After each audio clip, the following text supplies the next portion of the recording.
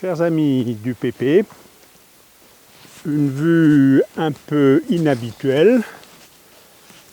D'une part, nous ne sommes pas dans le potager ou à l'entrée du potager, ou dans mon bureau encore, mais dans la forêt derrière chez moi. Et puis, inhabituelle, cette neige ces dernières années. Donc là, ça fait une semaine qu'on a des températures extrêmement basses, avec des pointes vers le bas en dessous des -10 et une alternance de temps donc où il neige, quand des masses d'air humides atlantiques tamponnent les masses d'air froides et les anticyclones situés sur le nord de l'Europe. Hier, au même endroit, un temps magnifique, un ciel bleu et évidemment des températures assez basses. Cette nuit, je pense que certaines de mes sondes, il faut que j'exploite les données, mais ont été du côté des -12 ici. Alors cette balade quand même, c'est quelques images, un peu essoufflé parce que c'est fatigant de marcher dans la neige, il faut lever ses pieds, donc c'est un très bel exercice pour le cœur. Mais donc cette marche pour vous montrer une chose. Alors je ne sais pas si vous le voyez. Regardez bien par terre.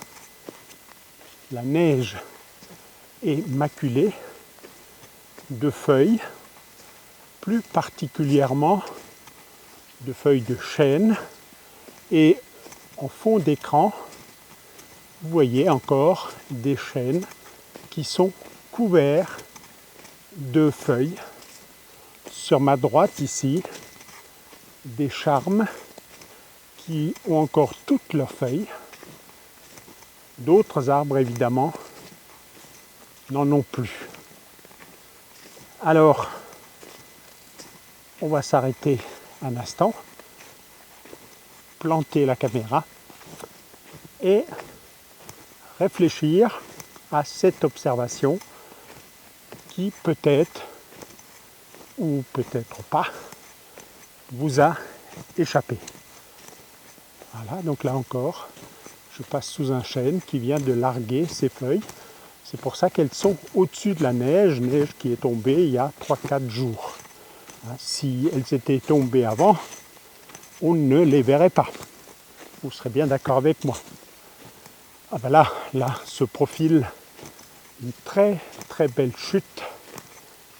On va s'y arrêter pour analyser ça.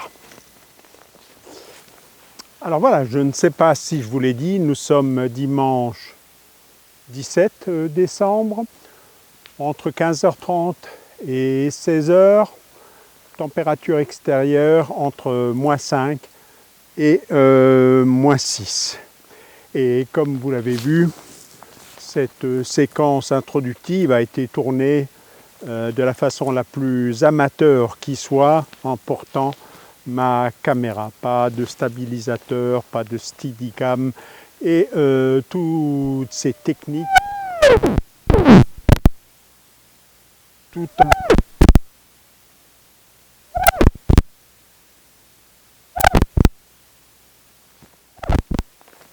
Vous avez entendu comme moi des cris de baleines, dans la forêt, en Alsace.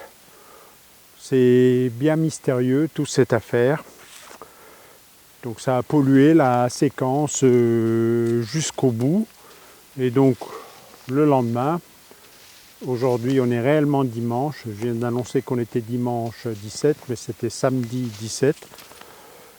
Aujourd'hui dimanche, je vais retourner cette séquence. Je ne sais toujours pas ce que c'est que ces bruits. Alors j'ai bien eu une hypothèse Vous ne le savez peut-être pas, mais à une petite dizaine de kilomètres au-dessus des collines là-bas, à Mutzig, il y a des grandes antennes. Alors dans le temps, c'était la DGSE, la Direction Générale des Services Extérieurs, qui espionnait ce qui se passait dans les pays de l'Est, qui écoutaient les communications téléphoniques, satellites, etc. Donc on appelait ça les oreilles de la France. Enfin, c'était une des oreilles de la France. Et donc peut-être, une des hypothèses qui m'est venue hier soir en voyant ce massacre était que peut-être qu'un des conseillers de Poutine venait de lui souffler à l'oreille que Macron essayait de l'appeler sur la ligne rouge pour lui expliquer que c'était pas très gentil de bombarder l'Ukraine, les centrales, que les gens avaient froid, etc. Et je pense que ce qu'on a entendu là, c'est la réponse de Poutine. Du coup, les oreilles de la France, donc qui sont les oreilles de Macron là-bas, ont sifflé. C'est une hypothèse, elle vaut ce qu'elle vaut. Franchement, j'ai vu des fakes qui sont plus ahurissantes que ça sur YouTube, donc pourquoi pas tenter ma chance. Une hypothèse plus réaliste me paraît quand même être le fait que j'étais un peu loin de ma caméra et que les piles, les batteries, puisque pour ne pas jeter des piles, j'utilise des batteries, du récepteur là-bas étaient un peu faibles et donc ont eu du mal à capter l'émetteur que j'ai ici dans ma poche. Oui, il y est bien. Voilà. Non, redevenons un peu sérieux. Ce que je voulais vous expliquer sur ce spot avec ce tapis de feuilles de chêne mortes par terre, c'est cette observation liée au changement climatique, parce que avec cette vidéo sur le grand froid, on en parlera, petit coup de froid sérieux, mais qui n'a rien à voir avec les moins 24 qu'on a connus en Alsace, par exemple l'année où je suis né. Donc, grand froid, changement climatique, et si vous avez été attentif, vous avez peut-être remarqué que pendant très longtemps, avec des températures très élevées, que évidemment les pieds dans la neige on a oublié, les arbres ont continué de faire la photosynthèse, d'avoir des feuilles vertes. Certains en avaient perdu durant la canicule de l'été. J'ai filmé quelque part des chutes de feuilles au mois d'août. Ensuite, pendant très longtemps, septembre, octobre, novembre, enfin plutôt octobre, les feuilles ont continué de fonctionner, et puis avec les journées qui ont raccourci, progressivement, un certain nombre d'arbres ont commencé à avoir les feuilles qui jaunissent, ou qui deviennent orange ou rouge ou violacées selon les espèces. Puis, sur les premières espèces, les feuilles ont commencé à tomber. Donc chez moi, certains fruitiers, le noyer qui est devant la maison, assez rapidement le ginkgo biloba, qu'est-ce qu'il y a eu, l'érable, le sorbier des oiseleurs, un certain nombre d'arbres ont perdu leurs feuilles, et puis d'autres non. Dans cette forêt, notamment, les chênes n'avaient pas perdu leurs feuilles. Pourquoi ? On a l'habitude de confondre deux phénomènes qui, lorsque le climat est entre guillemets assez normal, se passent en même temps. Les feuilles qui changent de couleur et puis qui, à la premier petit coup de vent, de tempête ou de pluie, tombent. Alors qu'en fait, il se passe, d'un point de vue biologique, deux choses complètement différentes. L'une, le changement de couleur, est lié à la fois aux baisses de température, mais aussi au raccourcissement de la durée du jour. Et ça, changement climatique ou pas changement climatique, ça n'a pas changé. Donc nos arbres continuent à l'automne, quand les journées raccourcissent, que les nuits deviennent plus fraîches, à ne plus remplacer la chlorophylle qui colorie les feuilles des arbres en vert et commence donc à apparaître et à dominer d'autres pigments, d'autres colorants des feuilles, les uns plutôt du type anthocyane, qui vont donner des couleurs rouges violacées, et les autres plutôt du type caroténoïde, donc des molécules voisines des carottes. Et vous avez donc les feuilles qui se colorient. Et cet automne, j'ai regretté de ne pas avoir tourné une vidéo. La forêt en face de chez moi était orangée, mais comme on ne pouvait pas l'imaginer, pendant très longtemps, les chênes avaient viré, mais gardé leurs feuilles. Deuxième phénomène qui se produit généralement ensuite, une fois que les feuillus ont récupéré des molécules utiles qui leur permettent de fabriquer des nouvelles feuilles au printemps et d'avoir stocké ça dans le bois vivant. C'est dans une vidéo qui parle de BRF, ce mécanisme-là. Donc une fois seulement que cette récupération de nutriments et d'éléments nutritifs a été faite, le froid, et là c'est bien le froid, les gelées, vont déclencher un autre phénomène qui est à la base de ce qui s'appelle le pétiole, hein, donc cette queue de la feuille, cette petite tige qui attache la feuille sur un tronc, au pied de ce pétiole se forme sous l'action du froid une zone d'abscission chez la plupart des arbres feuillus dits caducifoliés. Ça paraît compliqué comme ça, caducifolié, caduc, tombe, folier, les feuilles. Donc un arbre dont les feuilles tombent est un arbre caducifolié. Et donc apparaît là une zone d'abscission, c'est-à-dire une zone dont, sous l'action du froid et des modifications qu'il va créer dans la physiologie de l'arbre, les cellules cessent d'être collées les unes aux autres. Donc ces cellules se déforment et ça tient de moins en moins bien, juste ici, à cet endroit-là, au bout du pétiole, sur un petit millimètre, enfin je dis 1 millimètre comme ça, je ne l'ai pas mesuré, mais sur une toute petite zone, vous avez quelques lignes de cellules qui cessent à un moment donné de se tenir ensemble. Et donc le premier vent, la première pluie, les premières neiges vont faire que les feuilles à ce moment-là tombent.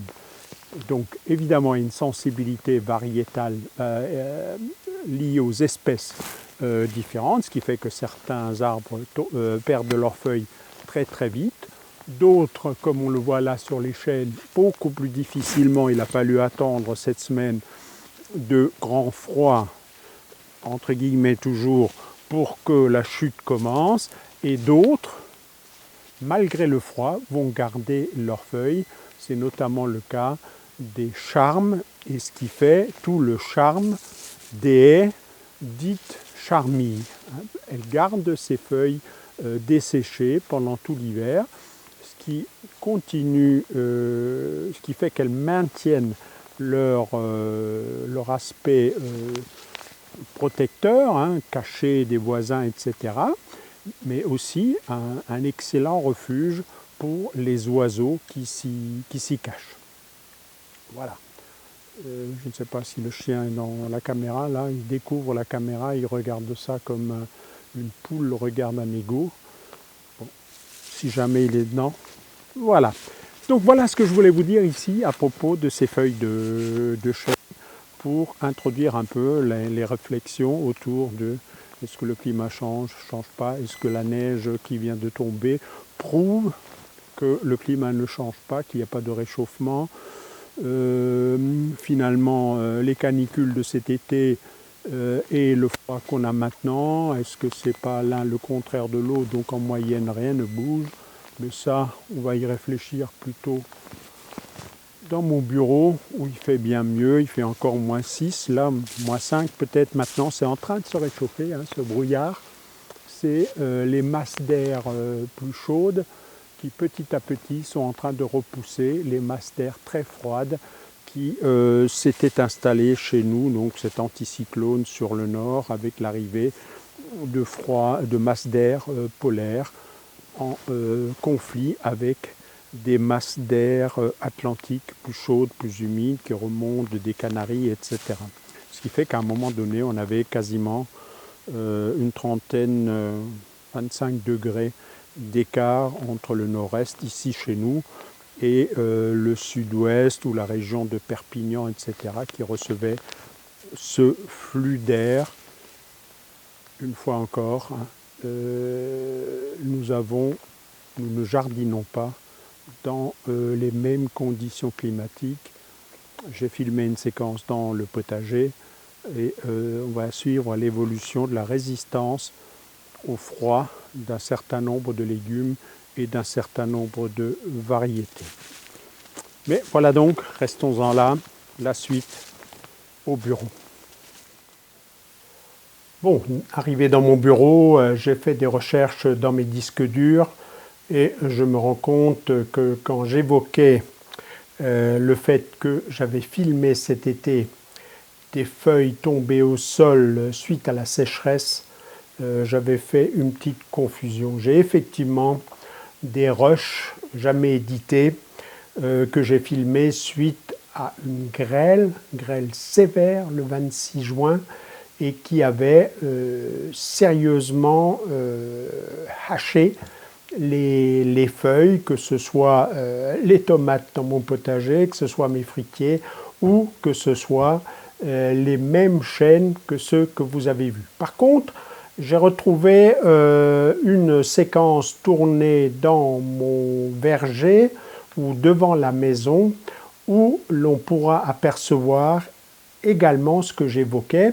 Ça a été tourné le 13 août, évoquer la chute des feuilles et des fruits suite à la sécheresse.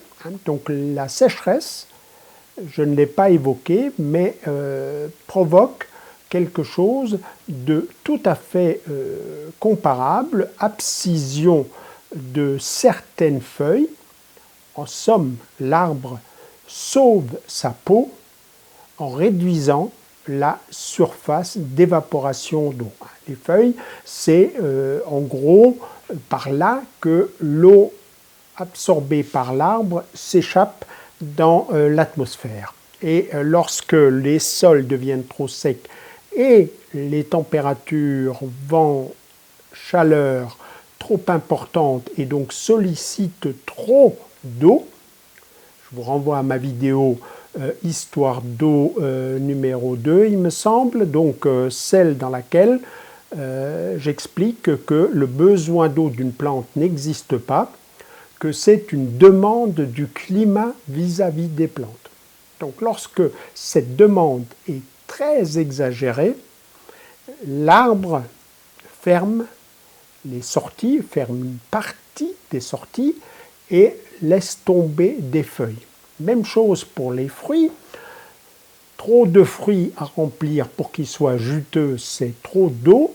Et à ce moment-là, dans ces situations de stress hydrique, l'arbre crée une abscission et laisse tomber des fruits.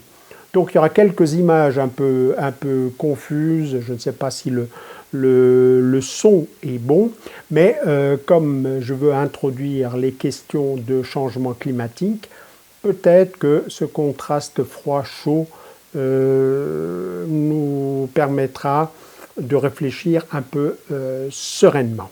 Allez, 13 août 2022, Voilà ce que je filmais. On disait donc sécheresse, les arbres fruitiers souffrent, chute des fruits comme on vient de le voir, c'est tout à fait la même chose ici où se trouvent pas mal de pommes tombées à terre, où se trouvent pas mal de feuilles mortes, puisque les arbres, dans certains cas, commencent déjà à perdre leurs feuilles. Cerisier derrière moi, regardez bien en haut, les feuilles sont toutes roulées, un certain nombre sont jaunes, signe donc de la chute. Autre emplacement, autre constat, ici on est au-delà du potager, la maison puis le potager, le début du verger sur une pente qui n'est pas trop forte, et ça c'est la cabane derrière moi dans laquelle il y a mon bazar pour le jardinage. Ça c'est une réserve d'eau pour les abeilles qui viennent boire dans une sorte de jardin flottant, une ruchette étant juste ici. Et donc, vous regardez, j'ai planté ici 3 noisetiers, noisetiers de la variété la plus stupide qui soit, celle qui pousse spontanément.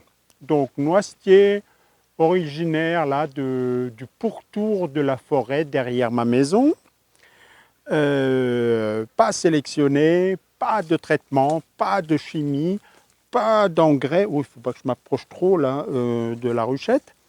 Et qu'est-ce que vous constatez? Eh bien, les feuilles sont en train de se dessécher et de tomber. Donc, ce noisetier, le noisetier est pourtant une des espèces les plus mycorhizées, puisque, outre le chêne, c'est une des espèces avec lesquelles on tente de produire des truffes. Avec l'âge, de temps en temps, un mot qui m'échappe. J'ai l'image devant moi et je ne trouve pas le mot. Donc voilà, souffrance extrême de ces noisetiers sauvages plantés ici, côté sud de ma baraque, sous le chêne, et donc compétition autour de l'eau. Bon, c'est quelques images d'il y a 6 mois, à peu près à une semaine près, exactement il y a 6 mois, quand nous étions au cœur de la sécheresse et de la canicule, avec là juste quelques effets, parce qu'il y a toute la partie potager que je n'ai pas voulu remettre ici. Image d'il y a 15 jours, avec ce froid sérieux, comme je l'ai appelé, filmé dans la forêt, et sa conséquence sur des chutes extrêmement tardives des feuilles de chêne. Manquait l'entre-deux avec toute cette longue période où les feuilles des arbres se sont colorées sans tomber. Tout ça pour essayer ici d'introduire une réflexion sur le changement climatique ou pas changement climatique. Je sais que c'est casse-gueule, fait partie de ces sujets où les gens deviennent hystériques, en dépit du bon sens, vont s'opposer des arguments parfois contradictoires avec eux-mêmes, signe de l'hystérie. Royaume de ce qu'on appelle l'ultra-crépidarianisme, c'est-à-dire la discussion de comptoir de bistrot pris comme un approfondissement scientifique. Le dernier des couillons qui serait incapable d'expliquer ceci ou cela a un avis définitif et se pense supérieur, plus intelligent, plus malin que les experts. Sort de la Coupe du Monde, Didier Deschamps s'en est bien sorti avec cette finale, mais imaginez que les Français aient dû faire leurs valises comme les Portugais, comme les Espagnols, comme d'autres équipes réputées dès la phase préliminaire. Qu'est-ce qu'on n'aurait pas entendu? 45 millions de sélectionneurs qui savaient mieux que Didier Deschamps quel joueur il fallait faire jouer ce jour-là, comment il fallait jouer, etc. Aimé Jacquet, en 98, avait connu ça avant la Coupe du Monde. Il avait été assassiné par les médias, entre autres, les Français d'une façon générale, et on l'a oublié quand il est revenu avec Zidane et avec la Coupe du Monde. Ultra-crépidarianisme, les cons sont rois. Donc, je sais que le sujet est sensible, je sais que je risque d'être sérieusement chahuté, trollé. Ai-je une raison pour fermer ma gueule? 70 ans dans quelques jours, eh bien, je vais dire ce que je pense. Ce que je pense peut être faux. Ma conviction est, notez le terme, conviction. Ma conviction est que le changement climatique est en marche, et il est en marche, je le démontre dans le livre que j'ai écrit sur ce sujet, depuis environ ses effets sur le potager dans l'après-guerre se font sentir depuis environ 1985. Faut-il ignorer, continuer à jardiner comme nos parents le faisaient? Faut-il s'enfermer dans le déni? Le changement climatique n'existe pas parce que ça nous emmerde. Nous voulons continuer à consommer, nous voulons continuer à sauter dans des avions pour aller dans des lieux exotiques, nous voulons continuer à sauter dans nos voitures quand ça nous chante. Ces libertés individuelles, nous les avons sacralisées au point d'envisager de nous détruire collectivement. L'individualisme a gagné ces 50 dernières années et certains ne sont plus capables, malheureusement, de revenir. Donc, non, je ne pense pas qu'il faut l'ignorer, je pense qu'il faut poser les termes d'un débat. Pour ma part, je ne suis pas climatologue, même si j'ai des outils, je maîtrise les statistiques suffisamment pour essayer de comprendre des courbes et des probabilités, etc. Je ne pense pas qu'il faut s'enfermer dans le déni pour ce qui concerne nos potagers. Je ne suis pas climatologue, donc je vous rassure, je ne vais pas vous dire si oui ou non le changement climatique va se poursuivre, et encore moins, je vais totalement laisser de côté ce qui hystérise d'ailleurs les gens, c'est quelles sont les causes du changement climatique. Je connais ma science, inutile de me mettre dans un commentaire que le climat a toujours changé. Oui, c'est une évidence. J'ai vu les gravures rupestres de girafes, de crocodiles, de gazelles au cœur du Sahara. Je les ai vues de mes yeux, pas toutes bien sûr, j'en ai vu quelques-unes. Donc bien entendu, il y a 3000 ans se terminait un épisode humide au cœur du Sahara, et le Sahara était une savane. Le nier, c'est être con comme une valise en carton. Je n'ignore pas qu'il y a 30 000 ans, les inlandsis, donc les glaces intérieures qui recouvrent les continents, étaient du côté de Berlin, et ici, dans les Vosges, les vallées étaient occupées par des glaciers dont toute personne faisant une randonnée les yeux ouverts peut voir les traces sur les rochers, les striures que cela a laissées avec les cailloux qu'entraînaient ces glaciers qui avançaient. Donc oui, Le climat a toujours changé, mais à la vitesse à laquelle se font les choses aujourd'hui, je ne le pense pas, et je suis plutôt que d'écouter les ivrognes de comptoir, je suis plutôt enclin à écouter les experts. Avant de s'engager dans un débat pipé d'avance parce que les gens ne confondent deux choses, ne comprennent pas la distinction, commençons par clarifier des concepts extrêmement simples, même si de temps en temps, dans mes vidéos, vous trouverez des lapsus ou des confusions que j'ai moi-même faites. Climat, météo.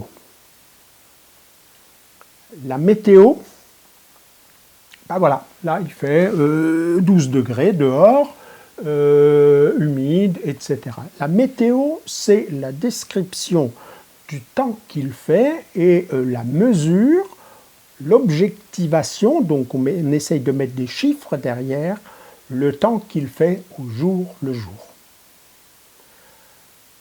La météo est erratique, c'est-à-dire que c'est tantôt, ça part dans tous les sens. Le 17, moins 14, aujourd'hui le 4 janvier, plus 12 dans l'après-midi. Ce matin, il a fait très légèrement négatif chez moi. Il y a 24 heures, il avait fait, il avait fait plus 8 au petit matin. Météo, les données du temps qu'il fait au jour le jour. Noté anciennement dans des cahiers, aujourd'hui noté dans les bases de données des ordinateurs. Voilà ce qu'est la météo. Et donc ce que nous avons eu le 17 décembre évoqué dans la vidéo précédente, les moins 14,7 au ras du sol, c'est un événement météorologique. Et je n'ai plus en tête les températures qu'il faisait quand j'ai tourné là le 13 août, mais disons que c'était 34 degrés, canicule, etc. C'est un événement météorologique. Dans un cas extrême vers le haut, s'il s'agit de température, dans l'autre cas, pas extrême, mais significativement vers le bas. La sécheresse, elle, était tout à fait exceptionnelle. Et voilà qu'en utilisant le mot exceptionnel, j'en viens au climat et par ricochet au changement climatique. Je viens d'introduire une notion absolument fondamentale qui est la notion de statistique ou de probabilité. Certains événements météo sont rares, très rares. Certains, jusqu'au jour où ils occurrent, n'étaient jamais arrivés auparavant depuis qu'on a des enregistrements. Et donc, vous voyez que le climat, c'est tout à fait autre chose que la météo. Le climat, c'est une sorte de moyenne. Anciennement, c'était une appréciation, on aurait dit au pifomètre. Les gens disaient, oui, en Alsace, les étés sont chauds, les hivers sont froids, il pleut peu. Voilà, donc c'était le climat d'Alsace, il est continental. Et puis vous disiez, en Bretagne, il pleut tout le temps, ceci, cela, le climat est océanique.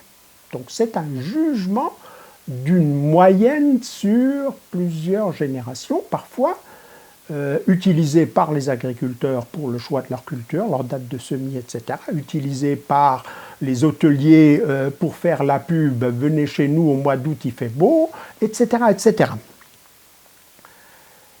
Et donc,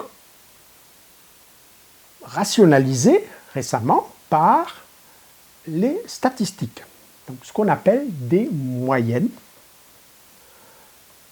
et des fréquences. Telle chose, en moyenne, il fera, je dis n'importe quoi, 27 degrés au mois d'août en Alsace.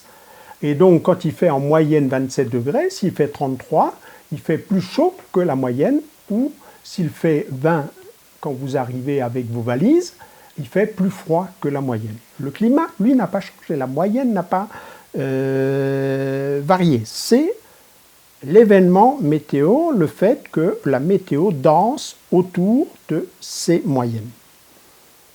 Alors, malheureusement, je dois dire que les statistiques sont une branche assez ardue des mathématiques et donc il n'est pas étonnant que les gens parfois les appréhendent très mal. Je vais juste donner un exemple et qui illustre ça parfaitement bien. Dans une soirée entre amis, 8 autour de la table, faites le sondage suivant. Vous prenez une pièce de monnaie, vous demandez quel est le plus probable, pile ou face, si il y a déjà eu 6 fois pile. Vous supposez que 6 fois de suite, avec cette pièce, vous avez lancé, vous avez obtenu pile, pile, pile, pile, pile, pile. Et vous demandez aux gens quelle est la probabilité pour que ce soit pile. D'instinct, le bon sens dit aux gens qu'il est peu probable qu'il y ait une 7e fois pile. Et si vous le demandez en secret, vous verrez que la majorité des gens vont dire face. Parce que 7 fois de suite pile, ça leur paraît totalement invraisemblable. Qu'est-ce que vous auriez dit si je vous avais demandé? Réfléchissez 2 secondes. Face ou pile? Ni l'un ni l'autre. La probabilité des deux est la même. La pièce ne sait pas qu'il y a eu 6 fois de suite pile. Et donc la probabilité que ce soit pile est toujours 1 sur 2, et la probabilité que ce soit face est également une chance sur 2. Sous-entendu, la pièce n'est pas truquée, vous la lancez correctement, etc. Voilà un exemple qui montre qu'on a tendance, avec ce qu'on appelle le bon sens, le pifomètre, de se tromper. Et voilà pourquoi, dans mon livre où je traite la question du changement climatique, je l'ai traité sur la base de données statistiques. J'ai utilisé donc des outils simples, mathématiques, pour essayer non pas de me faire gruger par mon propre cerveau, par mes propres croyances, par mon propre bon sens qui n'est qu'un amalgame de conneries accumulées autour du temps. Voilà donc comment j'ai essayé d'y voir clair en matière de changement climatique. Dernier point, pour éviter qu'on s'enlise dans des égouts,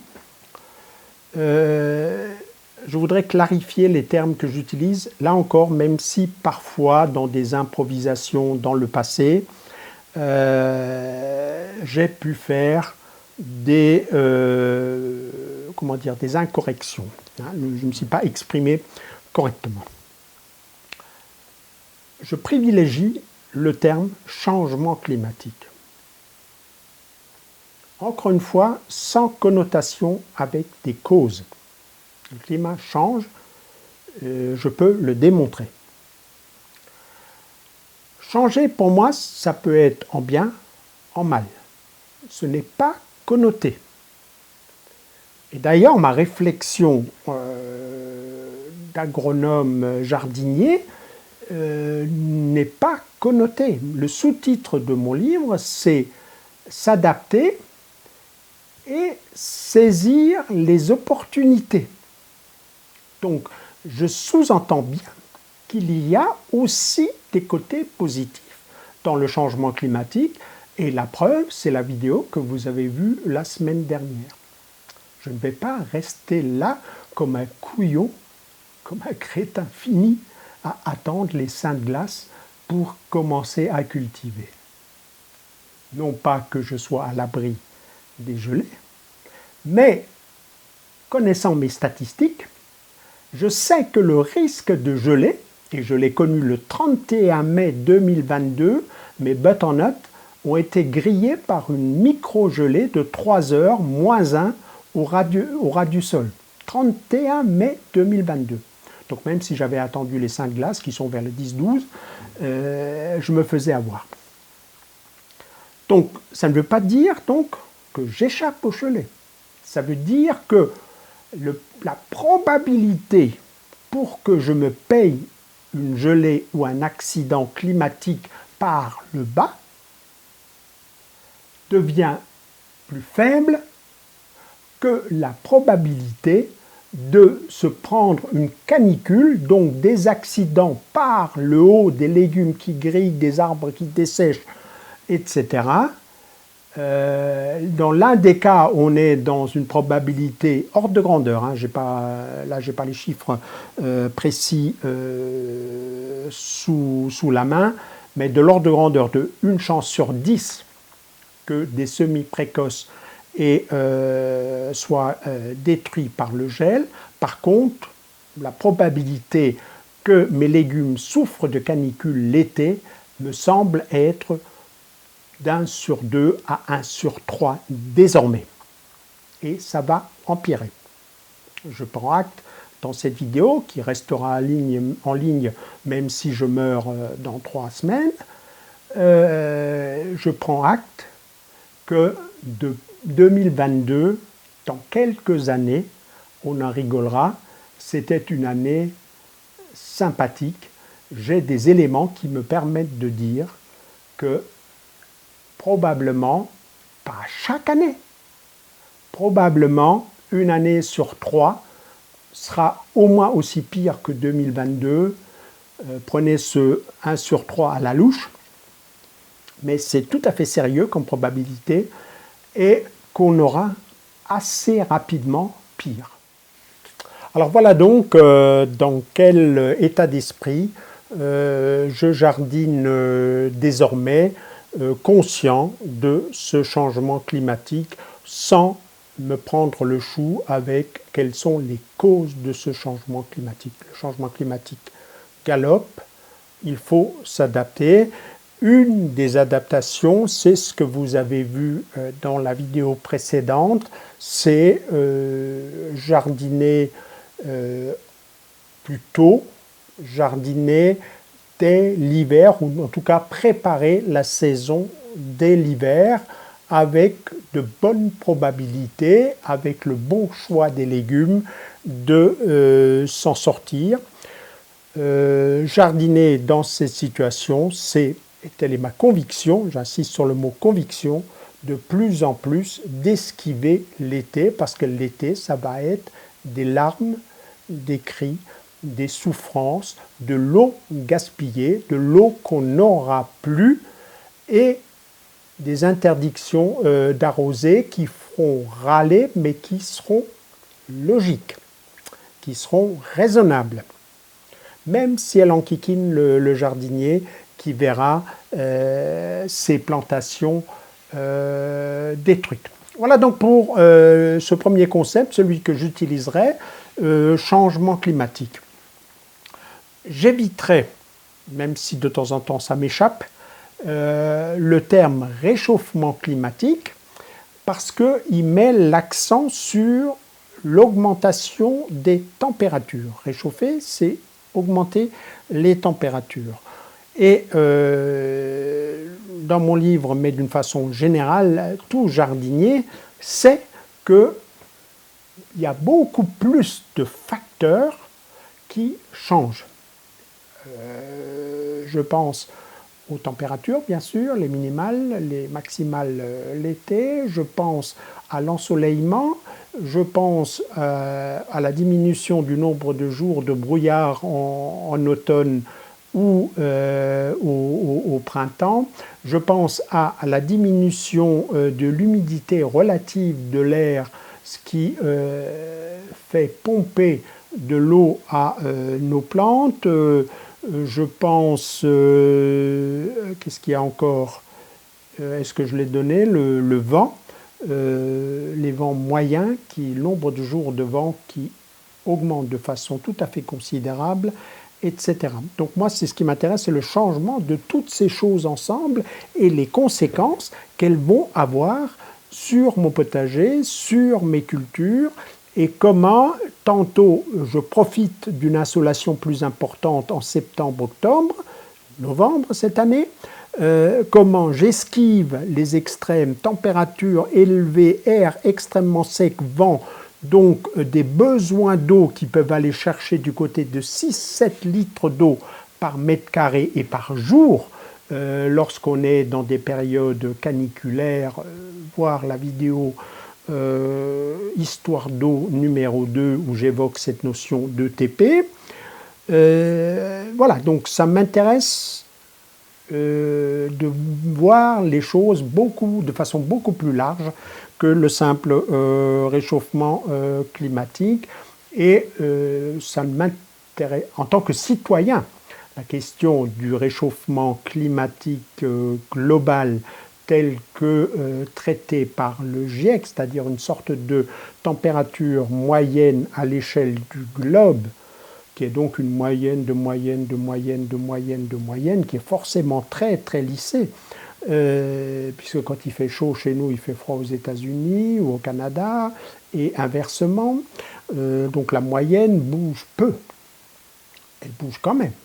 Ce qui prouve d'ailleurs qu'il y a effectivement un changement climatique global.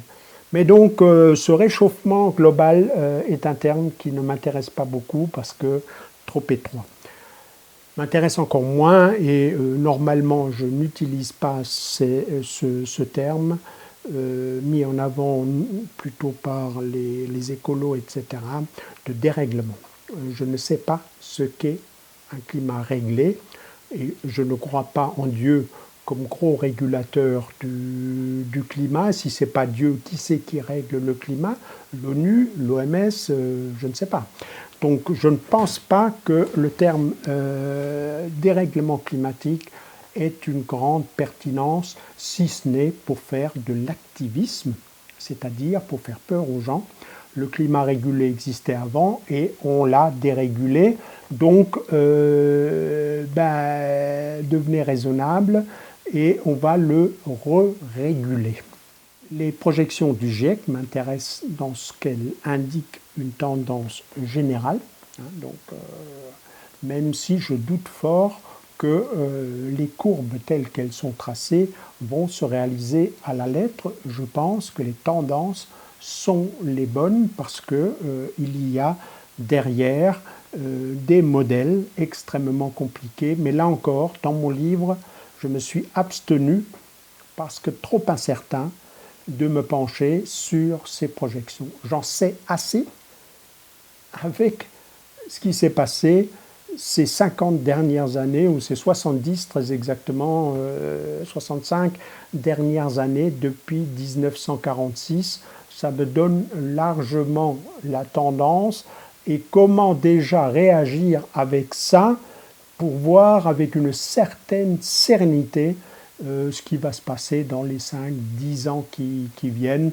ce qui est mon espérance de vie de jardinier.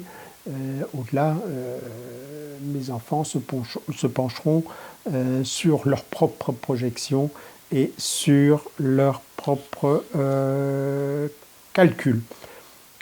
Voilà donc, changement climatique, il avance. Dans mon livre, je démontre qu'il s'accélère même. Il faut s'y adapter. Il n'a pas que des mauvais côtés des choses.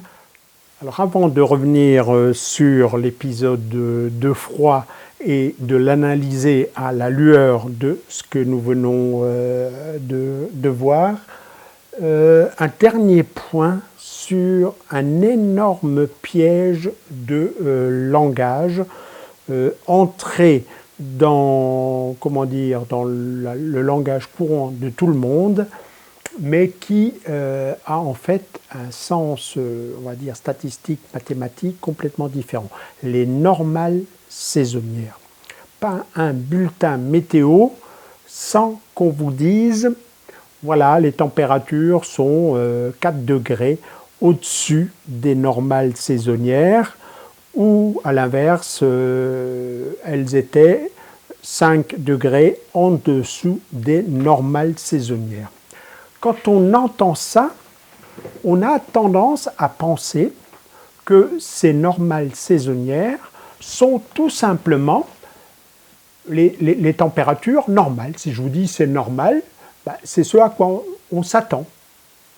Et on a tendance à penser que nos parents avaient déjà les mêmes normales saisonnières. Donc quand aujourd'hui, les dames de la météo, parce que c'est majoritairement, en tout cas sur les chaînes que je regarde, des dames qui présentent la météo, quand elles vous disent les températures demain seront 4 degrés au-dessus des normales saisonnières, vous entendez inconsciemment, parce que vous ne faites pas l'effort de rechercher exactement ce que la dame voulait dire, vous pensez qu'il fait 4 degrés plus chaud que ce qu'avaient connu nos parents, nos grands-parents. Pas du tout. La notion de normale saisonnière au sens de la météo est définie par la température, s'il s'agit de température, disons la moyenne pour un facteur donné, température maximale, température moyenne, les minimales, les précipitations, que sais-je, la hauteur de neige, s'entend comme la moyenne des 3 dernières décennies entières. Donc nous sommes actuellement, la référence météo, c'est la moyenne de 1991 à 2020. Et tous les 10 ans, cette normale est révisée. Et alors il se passe que, et c'est bien une des preuves du changement climatique qui est en cours, que ces normales évoluent au fil du temps. Donc je vous incruste là l'image publiée par Météo France sur les normales des températures annuelles moyennes, donc c'est un critère parmi d'autres, et vous voyez que cette normale était de 11,82 entre 61 et 90, de 12,16 entre 71 et 2000, de 12,55 de 81 à 2000 et de 12,97 de 91 à 2020. Et donc vous voyez que quand on dit aujourd'hui, si je vous annonce pour demain une température moyenne normale, donc correspondant à la normale en vigueur, vous comprendrez que la température moyenne est aux environs de 13 degrés et vous pensez que c'est normal. Or, vous voyez que c'est, 13 degrés, donc vous voyez que c'est plus de 1 degré, pour les températures moyennes, là, au-dessus de ce qu'on connaissait dans les années 60-70. Alors ça, c'est absolument redoutable parce que le langage nous déroute totalement. Aujourd'hui, ce qui est normal, la normale météo, inclut déjà du réchauffement climatique. J'utilise réchauffement là parce qu'on parle de température. Et donc on va reprendre maintenant les données correspondant à la première séquence, donc ce froid de moins 14,7 au niveau météo et de moins 12,9 si ma mémoire est bonne, au niveau de la station météo, et on va le comparer au normal. Autrement dit, est-ce que c'était un petit froid, un froid sérieux? Est-ce que c'était un froid absolument dramatique? Et bien là, il nous faut regarder les enregistrements de tous les mois de décembre. Je parle là que des températures de mois de décembre. Ce ne sera pas tout l'hiver, puisque au moment où je parle, janvier et février ne sont pas connus et on peut avoir pire. Hein. Donc ne comprenez pas l'hiver, prenez ça comme exercice. Est-ce que décembre était très très très très froid, catastrophiquement froid, finalement pas si froid que ça? Plongeons-nous dans les chiffres pour décrypter cela. Alors, illustration concrète sur les données du mois de décembre.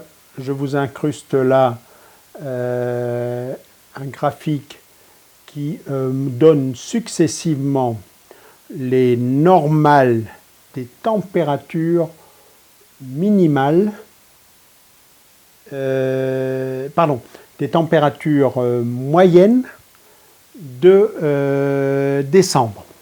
Et vous voyez que de façon tout à fait indiscutable, cela ne cesse de monter d'environ moins 1,5 dans les années 1931 à 1961. C'est le premier point, celui qui aurait le numéro 1. 10 ans plus tard, c'était stable. Ça montait, ça a légèrement baissé pendant une décennie pour ensuite grimper tout à fait régulièrement et la tendance à l'accélération que je vous ai évoquée. Le point actuellement, la normale des températures moyennes de décembre serait actuellement le point 9. Les deux autres, alors je ne sais pas comment est-ce qu'on dit, 3 décennies qui se suivent ne sont pas encore complètes, puisque ce serait en 2031, ça se terminerait en 2031, puis en 2041. Donc le chiffre tout en haut, ce n'est que la moyenne de 10 ans. Donc ce ne sont pas des normales, c'est juste un repère.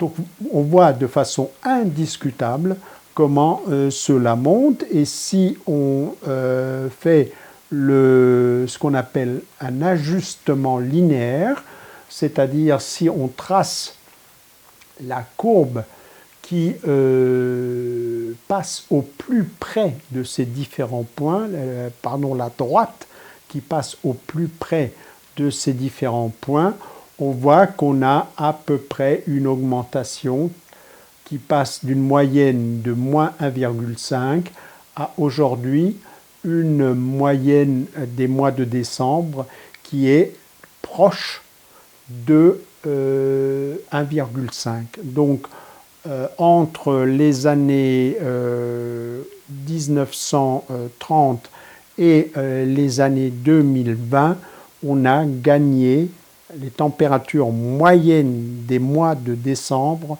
ont à peu près gagné 3 degrés, ce qui est à Strasbourg-Ensheim, ce sont les températures de la station Météo France de Strasbourg-Ensheim, ce qui est tout à fait considérable. Si maintenant on se penche sur ce qui nous intéressait, les minimales, puisque c'était ça un peu notre réflexion, est-ce que ce mois de décembre a été particulièrement froid ou pas, et si oui, de combien? Alors j'ai repris ici qu'une partie du travail. Dans mon livre, j'ai systématiquement traité la période 1946 à 2021, il a été écrit en 2021. Là, j'ai repris 1990 à 2022, donc une période relativement courte, d'une trentaine d'années seulement. C'est relativement court en météo. Et on voit bien sur cette courbe-là ce que j'ai appelé le caractère erratique de la météo. Un coup c'est haut, un coup c'est bas, un coup c'est haut, des fois c'est haut 2 fois de suite, des fois 3 fois de suite, des fois c'est bas 2 fois de suite, et puis c'est de nouveau haut, etc., etc. Ça, c'est donc le caractère, on va dire, un tout petit peu perturbant de la météo. Difficile sur une courbe comme ça de dire ce qui se passe. Est-ce que oui ou non, ça a tendance à se réchauffer. Alors on peut y voir un tout petit peu plus clair car grâce à quelques astuces. L'une consiste à faire ce qu'on appelle une moyenne flottante sur 11 ans. C'est la courbe que vous avez en brun marron par-dessus le bleu qui reprend la courbe évoquée à l'instant. Et là, chaque point, c'est en fait la moyenne des 5 années qui précèdent, de l'année en question et des 5 années qui suivent. J'additionne toutes ces températures et je divise par 11. Et je marque le point. Alors, qu'est-ce que ça a comme effet? Ça a comme effet, comment dire, d'annuler un peu les variations. Un coup de trop, un coup pas assez par rapport à la moyenne, un coup de trop, un coup d'un peu pas assez, etc. Et on voit ce que ça donne. Qu'est-ce que ça donne? Ben, sur une première phase entre les années 95 et les années 2005, les températures minimales des mois de décembre ont eu tendance à baisser entre -8 vers -10 en moyenne. Et puis, depuis, ça a remonté jusqu'à ce début de baisse introduit par l'année 2022. Année 2022 qui donc n'a pas été battue dans l'histoire récente des mois de décembre depuis 2010, alors que avant cela, ça avait été battu en gros tous les 5 ans, 95, 2000, 2009, 2010, si vous faites la moyenne, et 2005.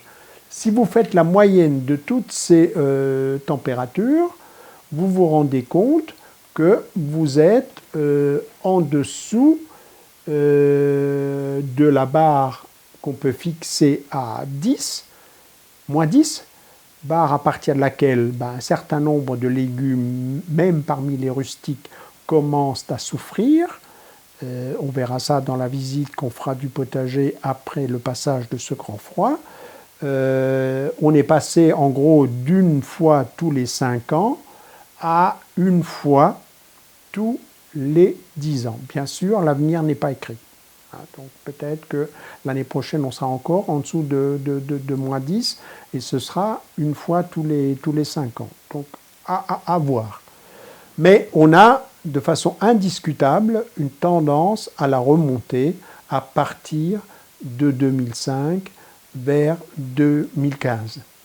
Et puis donc on peut utiliser une autre technique, celle donc de ces droites d'ajustement. Donc si j'ajuste les températures minimales des mois de décembre, on voit que en tendance, en grosse moyenne, ça a eu tendance à monter de -9 à -7.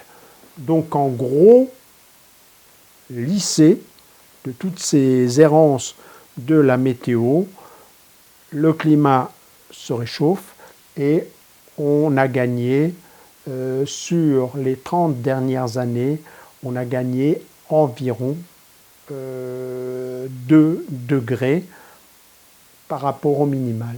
Et donc on est passé d'à peu près -9 à peu près -7.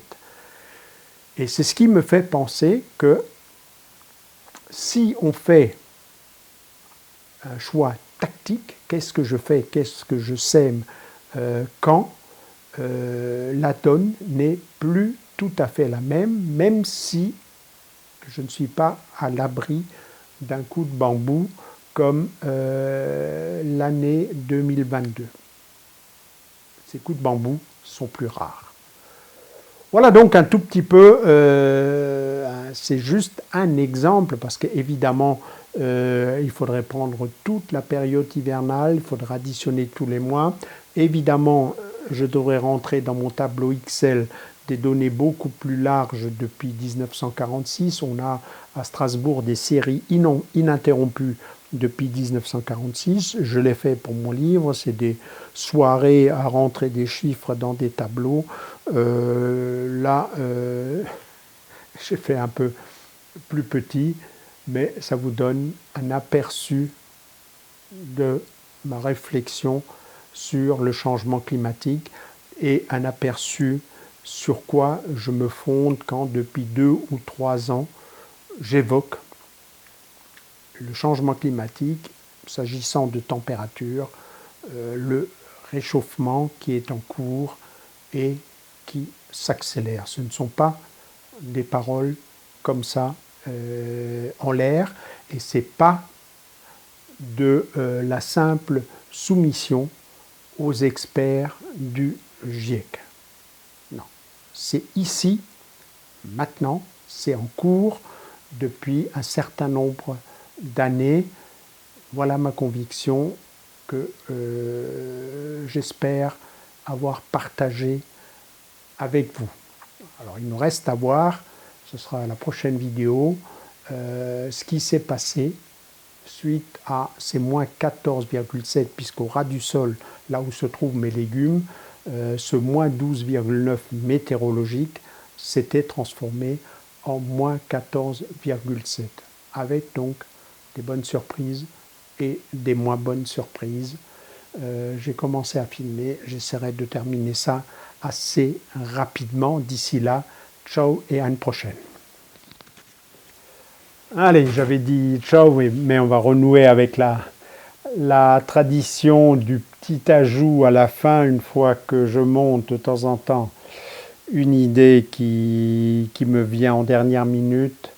Je pense que beaucoup de néo-jardiniers, donc de gens qui redécouvrent ou se relancent dans le jardinage après des années de vie à l'écart de la terre, d'une façon générale, ont perdu quelque chose qui était très très présent dans le monde rural, qui est cette présence permanente de la notion de risque. On a pris une putain de mauvaise habitude d'avoir de tout le temps dans nos magasins et on pense que ce sera pareil dans nos potagers. Que nenni!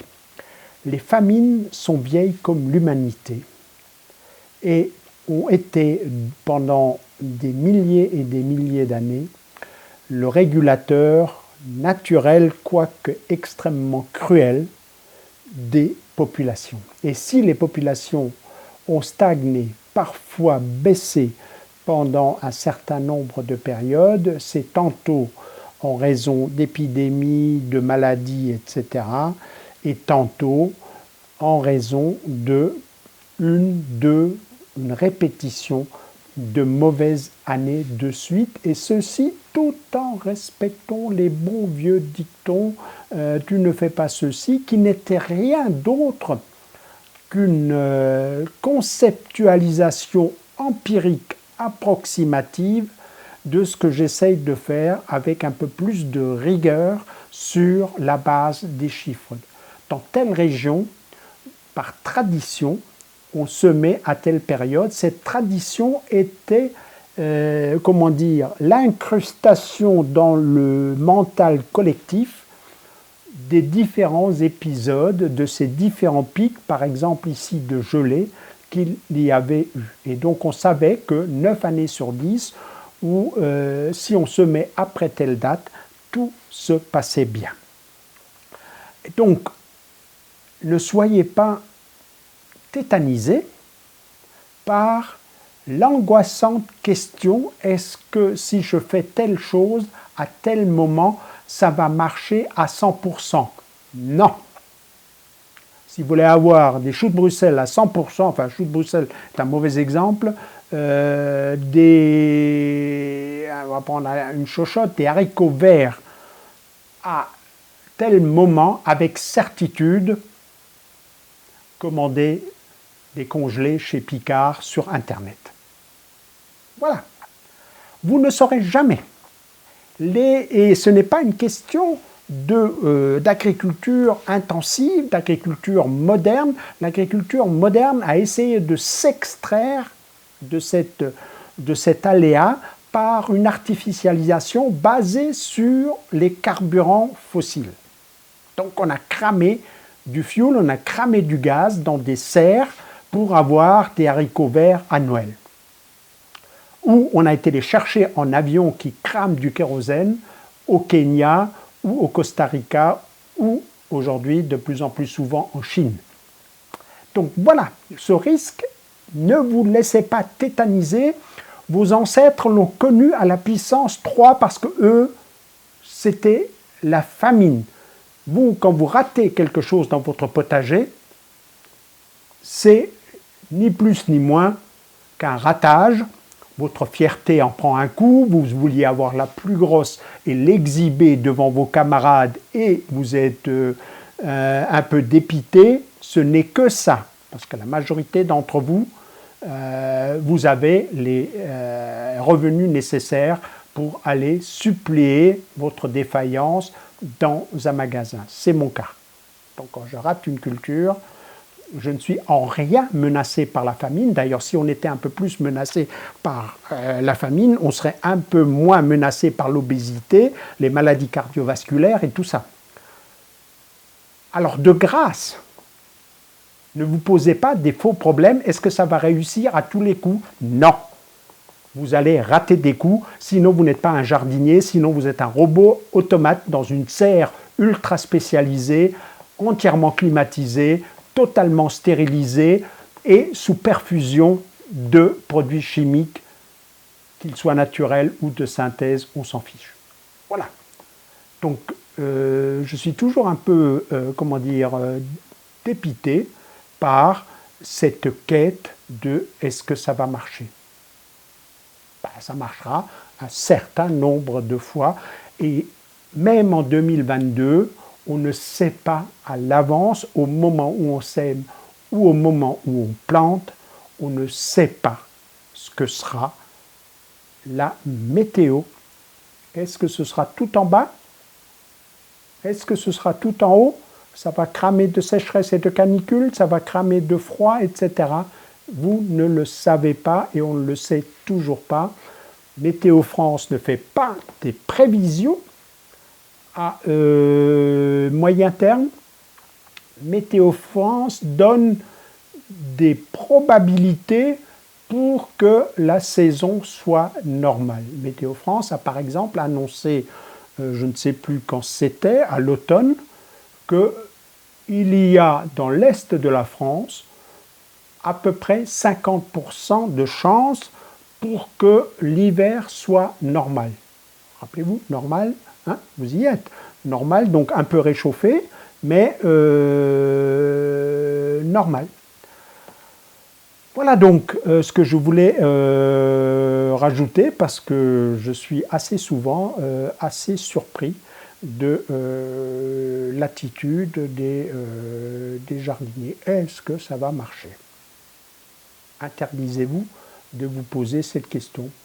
Par contre, réfléchissez pour savoir si vous avez une probabilité, une chance sur 10 d'avoir un ennui ou une chance sur 2 ou sur 3 d'avoir un ennui. C'est pas la même chose, quoi. Et ça, on peut un tout petit peu le déterminer avec certains des outils que je vous ai montrés et avec les données qu'on a déjà. Ce n'est pas de la modélisation. Hein. Voilà, et là, allez, terminé. Dernier coup de gueule. Ciao et à bientôt.